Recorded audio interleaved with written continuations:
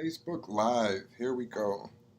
Give me a moment. I've got a couple of feeds that I'm connecting at the same time. One, two, three different screens. So I'll be looking back and forth. If you're wondering why this guy's looking all these different ways. But hello.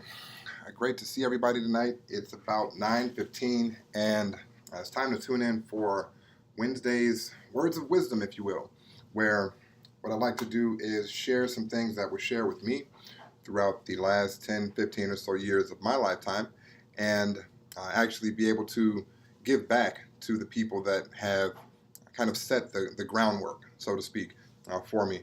So again, forgive me as I may be going back and forth between a few screens, because I just want to keep active, make sure everything is up and running well. Good evening. So what I'll be doing this evening for tonight, as well as the next 13 weeks, 12 more weeks outside of this week, is providing feedback on a book that I have read. Many individuals have heard of this, but not many have actually read the book. It's called Think and Grow Rich. This book was introduced to me about 10, maybe 12 years ago. And you know how they say when the student is ready, the teacher will appear? Well, the student was kind of ready at that point. The student was definitely kind of ready. So what I'm doing now is going back and revisiting this book that I've actually read a couple of times, used quite a few of the principles that I've learned over the years in terms of adding value to my life, and talking about these things because it's something that our educational system kind of misses. It's something that our businesses, our jobs, many jobs I should say, not some businesses do actually utilize these principles and teach them and share them. But it's something that I think that we need to have more discussions about, right? As opposed to just what's going on in pop media, just what's going on in the news. It's also good to make sure that we're promoting mental well-being for the people in our lives. So this is one of the books that I felt was a huge, huge, huge plus to my own mental well-being. And again, I wanted to make sure that I'm here to share that with everyone in my life and my circle, and hopefully grow it, share it. Please tag somebody if you think that they would receive any sort of value from this book. Again, Think and Grow Rich by Napoleon Hill, because I'll be talking about it this Wednesday and the next Wednesdays for quite a few weeks. So I want to dive in and talk about the purpose behind this. It's really, again, to give insight to the principles that shaped a lot of our past, whether we know it or not. So a lot of the magnates, if you will, of big business have learned things that you and I didn't pick up in school, whether it be private school, whether it be public school. It doesn't really matter what kind of school. It's just that it's not something that was widely shared and utilized and disseminated within the classroom setting. So I'd like to take a moment to discuss that here. The book itself is set up a little differently than how I'm actually going to go about discussing it. I'm going to talk about the end portion of it first, because this is something that, again, it's great to have knowledge, right? Again, for those that are joining Think and Grow Rich, it's a topic.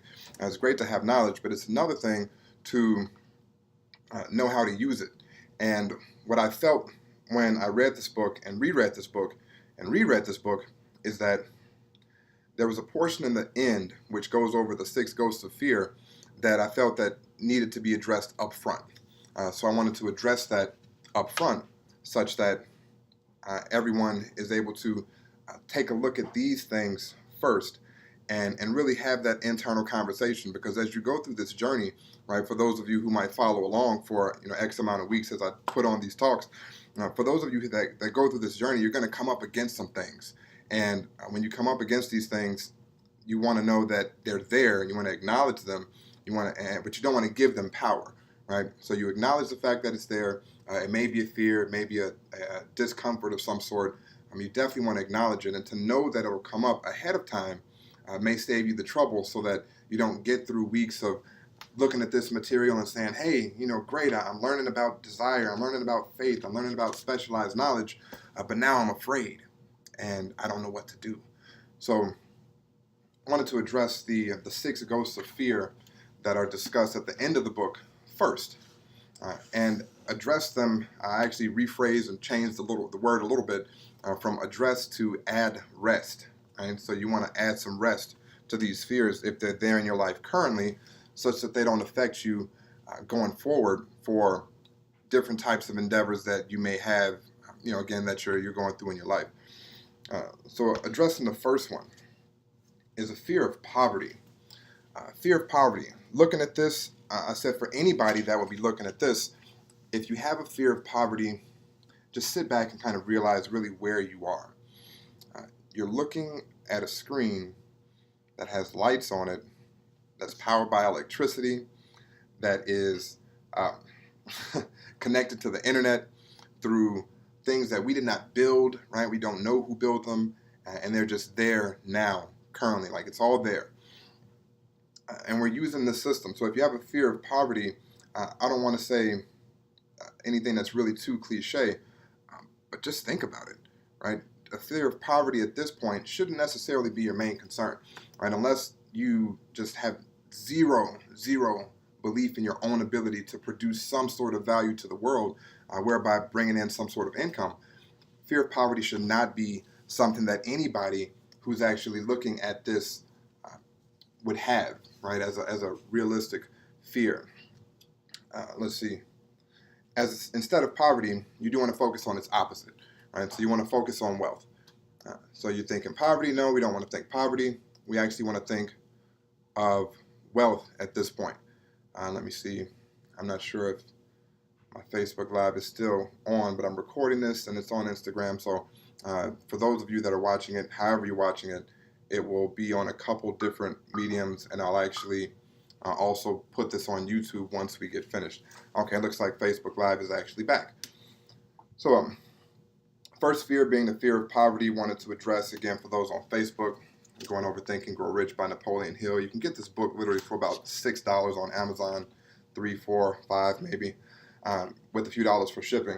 And it's definitely worth the investment for anybody who wants to take their lives to the next level, not just this year, 2018, but for the rest of their lives, and really share this information. So the first fear, he talks about, again, poverty. Anybody watching this, again, we're using technology. It's not that anybody is amazingly wealthy, nor is anyone amazingly poor. But wherever you are in life, be grateful for that place. Realize what you have and use that as a starting place, right? As a stepping stone.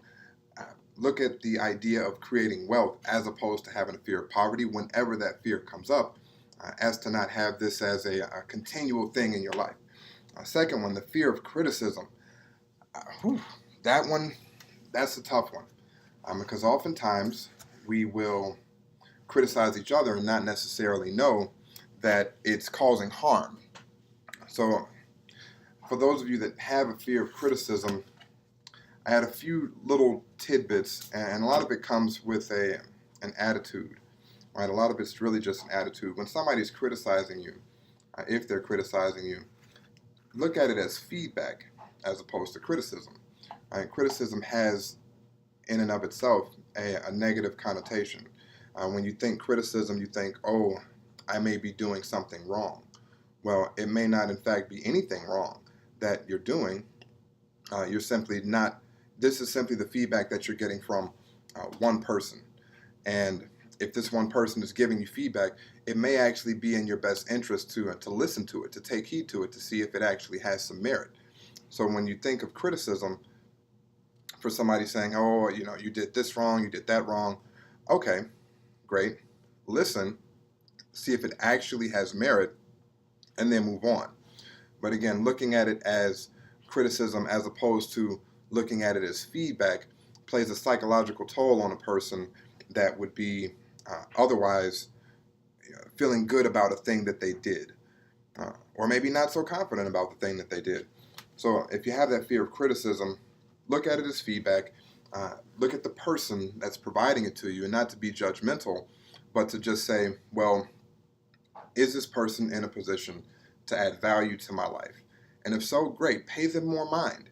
If they're truly not in a position to add value to your life, they're just one of the haters, as they say, then pay it no attention, pay it no mind, don't listen to it, and just let it go, right? Let that criticism go, or simply, again, just accept it as feedback as opposed to feeling harshly criticized by somebody else's words or actions.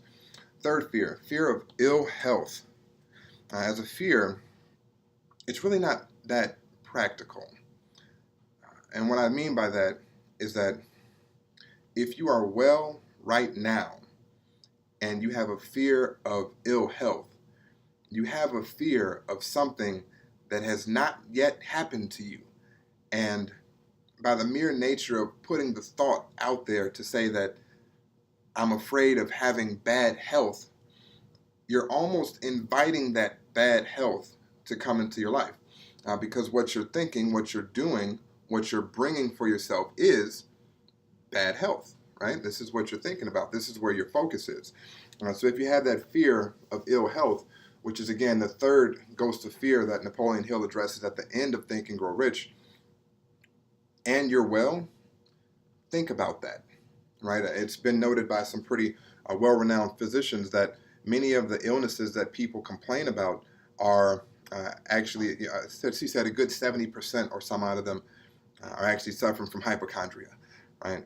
And for those of you that may not be familiar with the term, it's a belief that you're ill when you're not. So if you are a person who has an actual illness, again, that's a different fear that may actually have to do with one of the last three, then that's a different conversation. But for someone who is very healthy, right, if you're currently healthy, if you currently feel good, be grateful for that. Focus on continuing those thoughts, those feelings, and let that be where your focus is, not the fear of ill health when you're healthy, if that makes sense. Fourth goes to fear, the loss of love or the loss of love of someone. I look at that as something that's being rooted in confidence, and call me impractical, call it cold or harsh. When you look at the mere population of the planet, over 7 billion, almost 8 billion people on this planet, you have to think, well, if one person, and again, some people believe in soulmates, and that's another conversation, again, different philosophies for different people.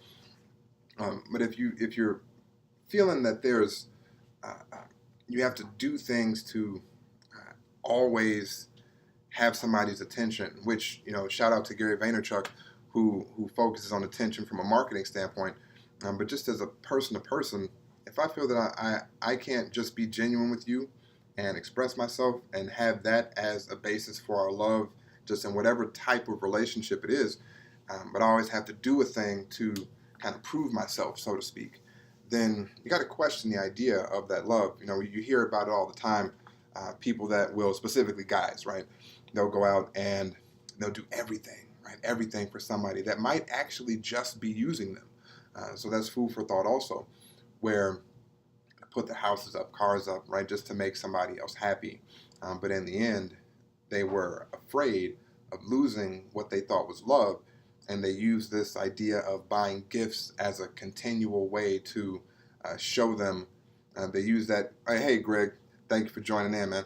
They use those gifts as a way of just showing that they felt, showing their love, but it may not necessarily have been the love that this person actually needed. And again, they might be being used. So if you have that fear of the loss of love of someone, take as they would like to say, check up from the neck up, and how confident you actually feel about yourself, right? How do you feel that you add value to the lives of people around you? How good do you feel you do what you do, whether it be on a personal or a professional level? Take a look at those things and use tools to increase your confidence if that's a fear that you actually have, that fear of loss of love. For those just joining in, again, Napoleon Hill's Think and Grow Rich. We are going through the 6 ghosts of fear first before hitting each of the 13 principles that I'll be discussing for the next 13 weeks. Fifth one, old age.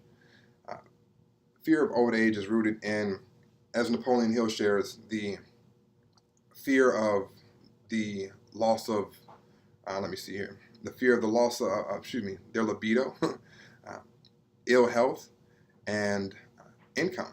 right? People that fear old age feel that they may be at some point physically and financially dependent upon another person. And a lot of that, we know to be true. There are many people that are in their senior lives that have ended up in positions where they're dependent on other people, right? I've known this personally in my own life, having seen it. So it's a legitimate fear. It's a fear that's there. Welcome back, right? Facebook Live, we're back discussing the old age fear. But if that's a fear of old age, then you want to do the opposite of those things that are where that fear is rooted, which if you have a fear of loss of health, do things that increase your health, right? If you have a fear of loss in libido, right, do things that increase that energy, that stamina, however you mean it. And if you have a fear, again, of old age that's rooted in a fear of poverty, right, being financially dependent on somebody later on in life, well, you want to do things that actually increase your income so that fear of poverty is not a realistic thing for you, right? For your old age. So you know that your old age and your future years, especially for a lot of my business persons out there, you'll know that you're taken care of in your old age because you did things in your youth, in your younger, more healthy years that would make old age not an issue, right? So there's a fear of old age. And last but not least, a really interesting one, and again, this can start a whole nother conversation. That's not the point of this, is the fear of death. And as the author actually discusses with the fear of death, there is a fear of this thing called heaven or hell, right? And again, it's not the religious conversation. It's not where this is aiming to go. But there's a fear of what will happen when I actually die. Well, I got a news flash for everybody listening, is that in this thing called life, none of us are going to make it out alive. And even with the advances in modern science and technology, yes, we'll have lives that are extended, past our 80s, right, past our 90s. For those of you who are Bible scholars, I had a friend of mine mention that people used to live to be 2 and 3 and 400 years old, right? So at the present, I think men have a life expectancy of roughly late 70s, women later 70s and early 80s, and that'll be extended through time, yes. And at the end of that time, the same thing is going to happen to each and every person. You're going to close your eyes at some point. You're not going to open them. So coming to terms with that realization says that, well, I know that if you choose to be buried, on your headstone you'll have the beginning date, which is the year you were born, and you'll have that end date, which no one knows when that'll be. There's a little dash in the middle, right? And what that dash is, and it's so small, but it's so significant. But that dash on every headstone that you've ever seen, for those of you who have gone to funerals and seen headstones, that dash represents a person's life. Now, the dash is usually the same size, right? And that's a typeset or a font thing from the funeral directors. But you want to think, what are you going to do with that dash? And just really, really think about that one. What are you going to do with your dash? Is it going to be spent as a couch potato?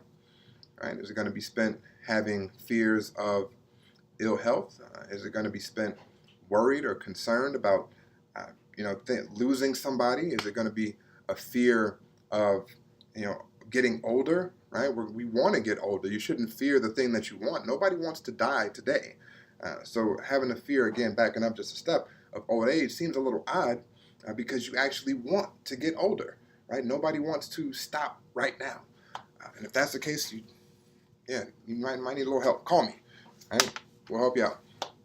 But yeah, if you have that fear of death, again, focus more on where you are now, where you want to go, and what you want to do with that dash, right? Not worrying about this whole heaven or hell thing, because there's not a man alive today that's been there. Right? There's not a man alive that will be able to tell you definitively what heaven or hell is like. Right? Yes, respect to all the people who have had near-death experiences, that have had certain brushes with death, seeing the light and all this good stuff. Again, I respect that. Never happened to me. Hope it never does. However, if there's a fear of death, the for fear of not knowing whether you'll go up or down, take a more practical view of it, realize that there's not a person again alive that can actually tell you what's happened when they've died, and consider it a peaceful sleep. Right? Anybody been to sleep before? Right? A few of us. It's just a sleep that you're in for a long time. Right? Is my thought or my perspective. So I wanted to address those fears first before getting into the first chapter. So again, those fears, to add rest to these fears should they come up as you go through your journey: the fear of poverty, the fear of criticism, the fear of ill health, the fear of the loss of love of someone, the fear of old age, and the fear of death. Right? These fears are fears that, again, for some, very, very valid. Um, but for persons that want success and more out of life, just not very, very practical. So consider that as you continue on with this journey we call life. All right, next up. Now we'll actually dive into the first chapter. Again, for those that may have just joined in, Napoleon Hill's Think and Grow Rich. We'll be discussing this for the next few weeks, next 13 weeks actually, week by week, point by point, in order to address some of the things that are important that I believe will make a difference in not just my life, but the lives of the people that I care about and am close to. So the first chapter is desire. The first, the starting point, the first step towards riches, as he discusses it, is desire. And it's a nice read, actually, a very good book. He does a lot of storytelling about the people that have had desire, what he calls a burning desire for success in whatever endeavors that they would begin upon. He talks about how if you don't have this burning desire, then quite frankly, you're not going to ever have the riches that you do so desire. So if you have a desire for something, it's going to start, if you want something, it's going to start with a desire. Again, first point, starting point of all achievement is desire.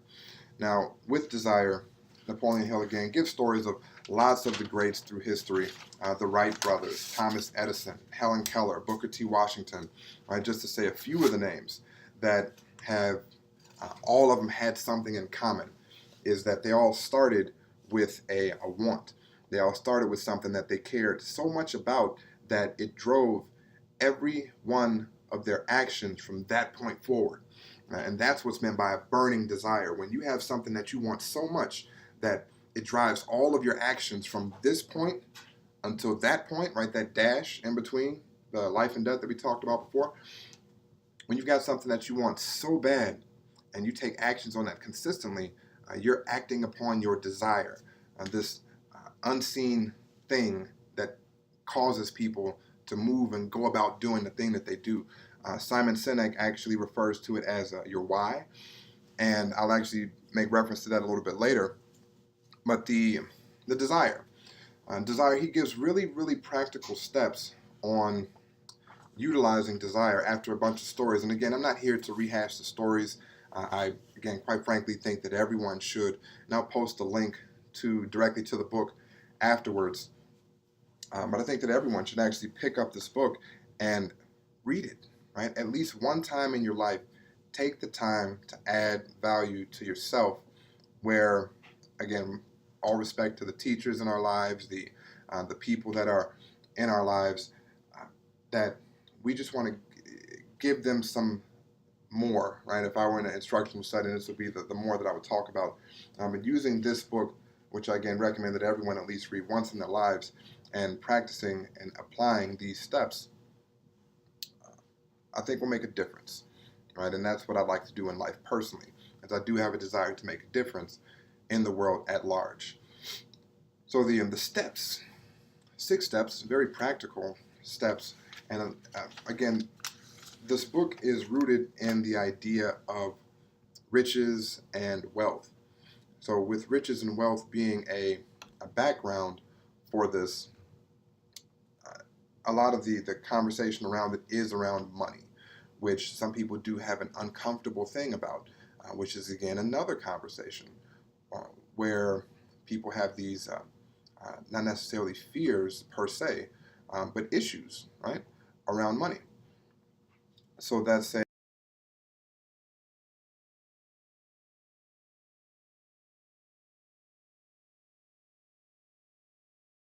concrete desire that you can act upon as long as you're, again, following the steps. Now, desire, again, for those just joining in, again, I'm doing this live and recording. Recording may have stopped, so this may be the second part of the recording. Think and Grow Rich by Napoleon Hill, addressing now the first step of desire. Now, with desire, the author suggests that you do a few things. First, you want to set the exact amount that you want. Right? What exactly is it that you want? And in monetary terms, how much is that? So it's not enough to say, I want a lot of money. Right? I want to earn more money. Well, that'd be the case. I'd just walk up to you and hand you $1 and say, here, mission accomplished. You've got more money. Right? Seemingly sarcastic, but true. So you want to set in mind the exact amount that you would want. That's the first step in solidifying your desire. The second step, what will you give in exchange for the amount of money that you want, right? For what you desire. And I've had some questions about this that it makes sense to address. So what will you give? Now, you've got people that are working a 9-to-5 that want more, but don't necessarily know how to get more. And when you're working in a particular position, again, there's no knock to it. Before I started my own business, I worked for a company, many hours. And depending on the type of work you do, you may put in a lot of hours, more hours, but not get more pay. So for you, persons that may be in that position, you have to find something, right? If you're simply saying that you want to, to earn $50,000 a month, right, or $10,000 a month, or whatever the dollar amount is for you, but you don't have a realistic vehicle to getting there, then you may want to keep your eyes open because it very well may come to you. Don't not do this step, but you have to really be open then to looking at opportunities in order to get the thing that you want, to get the amount that you would actually want if it can't be had from the type of work that you do currently. For those that are in more of a business, commission-based setting, commission world or environment where you can put in more work and actually see the increase in your paycheck, what will you give or what you will give is going to be directly related to the business that you are promoting and the business that you're in. And for myself personally, and I share my own, it's the insurance field. So that's the service that I'm going to offer more of, right? And a person that may do hair, right? You want to offer more services within doing hair, esthetician. You're going to be offering more services. That's the thing that you will give, the service that you will provide. People that do taxes, right? You're going to do more taxes. If you're an author, you're going to get your book out there more so that you can have an increase in activity that leads to the increase in dollars that ultimately lands you with the amount that you want that you've outlined in the first step of desire of achieving your riches. So first step, again, get that amount. Second step, know what exactly it is that you are going to give in exchange in order to receive that income. So again, whatever your chosen field is, whether it be business or, like I said, hair, if you're offering a service or a product, then make sure that you know what that service is as a second thing that you're actually writing down, right? Get a pen, write these things down. You have to actually solidify it to make it real. I recommend using lovely little note cards because as we get to the sixth step, it makes sense to have it on something that's portable that you can keep with you. So if you don't have index cards, 4x6, 5x7, get them, use them, and write these things down so that you can start on your own path towards your personal successes for this year and for the rest of your life. First step, set the exact amount. Second step, what you will give. Third step, you have to have a definite date in mind in which you actually want to possess the money that you want. For instance, again, you can't say, I want more money from doing stuff and I want to get that money later.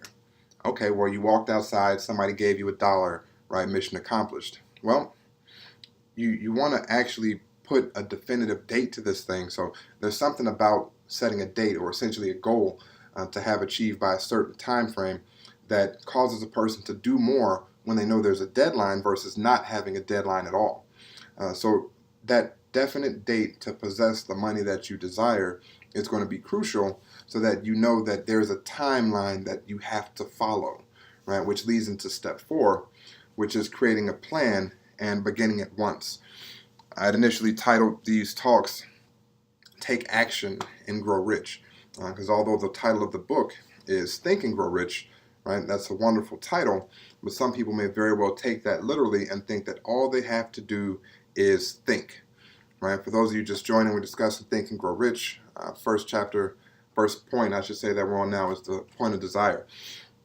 So you can't just think and grow rich, you actually have to take action in doing a thing in order to increase your means to possess the thing that you want in life, right? So make sure again that you have a plan in place. Write out a clear and concise statement of number 1, 2, and 3. Clear and concise statement of the amount that you want, which is again step 1, the time limit for its acquisition, and then what you intend to give in exchange for that. So you want to make sure to write those 3 things down. That's actually step 5, which is, oddly enough, an action. So you think about this amount, right? I know how much it is. What will I do? What will I give? Again, if you're in a job situation, then you may have to just be open to other things as a second step. Third step, well, when do I want to have it by? Do I want to have it in 6 weeks? Do I want to have it in 6 months? You do have to set a goal or a timeline that's going to be realistic for you and the type of thing that you're doing. For instance, a person that currently is working or just starting a business say, oh, I want to make $1 million by next month. Well, unless you sell $1 million products and you've got a list of people that are looking for $1 million products, good luck with that. But more realistic and smaller steps would say that for a person that's currently earning, you may put, again, in their business, $1,000 a month, right? Well, by this point, I'd like to be earning $2,000 a month, which may be a month for you, which may be 2 months, which may be 6 months, right? Whatever timeline you put in place is going to be one that is something that makes sense for your type of endeavor. So create that plan, write the clear and concise statement with those 3 things on there. The amount that you wish to earn, the time limit that you have for its acquisition, and then what you intend to give in exchange, meaning your product or service that you're going to be marketing or sharing in order to actually acquire the dollars that you've outlined in step 1. 6th step, read it aloud twice daily. This is why these index cards are handy, because it's something that you can fold up, put in the pocket, right, in a purse, in a wallet, and you can keep it with you, right? You can keep something like this, can be handy, so that every time you pull out your wallet, most people that, guys that have wallets pull it out once a day, ladies that have purses go in that purse once a day, and it might get beat up, so I might recommend also laminating it or putting it inside plastic or something to protect it from the elements, but you want to have it so that you can keep it close by, and then be able to read it aloud twice daily. Recommend it once first thing in the morning so that it drives your thoughts for the rest of the day, it drives your actions and activities for the rest of the day. And then also, hey, what's going on? For those that just joined, again, we're discussing Think and Grow Rich. Right now we're on the first principle, which is desire. We'll be doing this every week for the next 13 weeks until all the principles are done. Then we'll switch to another book, which will likely be my own book at that point. So again, reading this aloud twice daily, that 6th step of achieving riches, again within the first step of desire, the 6 practical steps that are outlined, reading it aloud twice daily, first when you wake up, so that it's guiding your thoughts and actions throughout the day, right? And this is on your mind. This is something that you're actually, not only is it on your mind, but ideally, because you paid attention to step 4 and you've created a plan and you're working on this plan daily, it's on your mind when you wake up because you read it, and now you're acting out on this thing that you want, right? This end goal that you want to achieve throughout the day. So that's how reading it aloud twice daily, first in the morning, would work throughout the day. The second time you'd read it would be at the end of the day. You want to rest, thinking about the very thing that you want. And this is, again, a little bit more on the scientific side where people have dreams. And it's been recommended that you It has been recommended that you don't look at things a certain amount of time before you actually go to sleep. And many of you may have noticed, if you ever watch a really scary movie, right, especially as a child, the thought of whatever that thing was would be on your mind as you slept throughout the night, right? Uh, so that's why it's been recommended to not put negative things in your mind. For those of you that watch the news, I'm talking to you, uh, to to not put negative things in your mind right before you go to sleep, because as you dream, you'll literally think about it over and over and over and over and over. Well, this being the case, that makes it actually ideal to read again the thing that you wrote down uh, at the end of the day, so that as you dream, you're dreaming about the very thing that you want over and over and over and over and over. So it becomes a dominating thought in your mind. It actually becomes like an obsession that you want a thing so much that you dream about it. You literally dream about it throughout the night, and then you wake up and then you reaffirm it by reading again from your note card that you've written down these 6 steps. You dream about it, and then you wake up and then you read it again, so it affirms it again. And then you go throughout your day acting on your plan, step 4, and then you get to your end of the day and read it again and dream about it again, right? So what's happening is you're constantly putting yourself in this cycle of creation through what you're putting in your mind and acting on throughout the day, then affirming at night, then dreaming of while you sleep, then waking up and then hitting on it again in the first, the waking moments of your day. So, again, that 6th step is powerful because it's another action. So it's one thing to write it out, right? It's one thing to think it, which is the origin of everything. Every great thing, every building you've ever been in, every toilet you sat on, every pen you've picked up, every computer you've ever utilized, every phone you've picked up and put to your face, they were all a thought first before it actually began to take physical form. It was a thought in somebody's mind. So you have to have the thought first. You do have to think, right, before you grow rich. You won't get rich without it. You have to think about it. But not only do you have to think about it, you have to take an action, which is again why actually 3 of the 6 steps have to deal with taking action. I got a hello from Picture Man 28.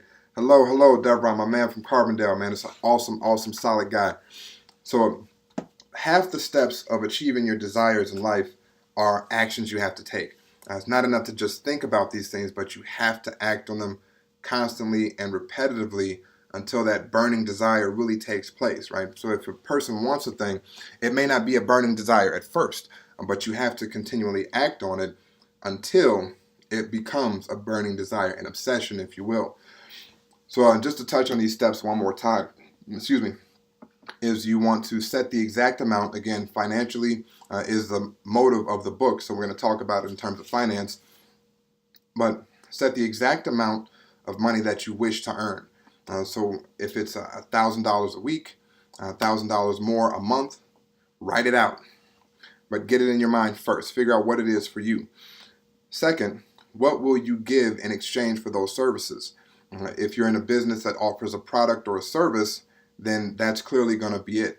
If you're in a position where you don't know what it will be, then you just, again, do some research and find a way to offer more of something that you're good at, that you can do in order to be exchanged for income, right? We only ever really get income for a thing if there is a value created or a value perceived by another person. So if what you're doing isn't of a value to other people, then it'll never be the case where you'd earn more. You have to actually provide some type of value to a person in exchange for increase of dollars for you, right? There's no getting around it. So set the exact amount, number 1. Number 2, what will you give in exchange for the dollars that you demand? That's number 2. And number 3, have a definite date in order to possess the money. Those are the first 3 steps. Again, all really mental things. 4th step, create a plan and begin at once. Meaning don't wait until things are just right. Don't wait until, the world says, okay, right, it's time for you to now go out and accomplish your goals and dreams. You don't want to wait for these things because, quite frankly, the world's not going to wait for you.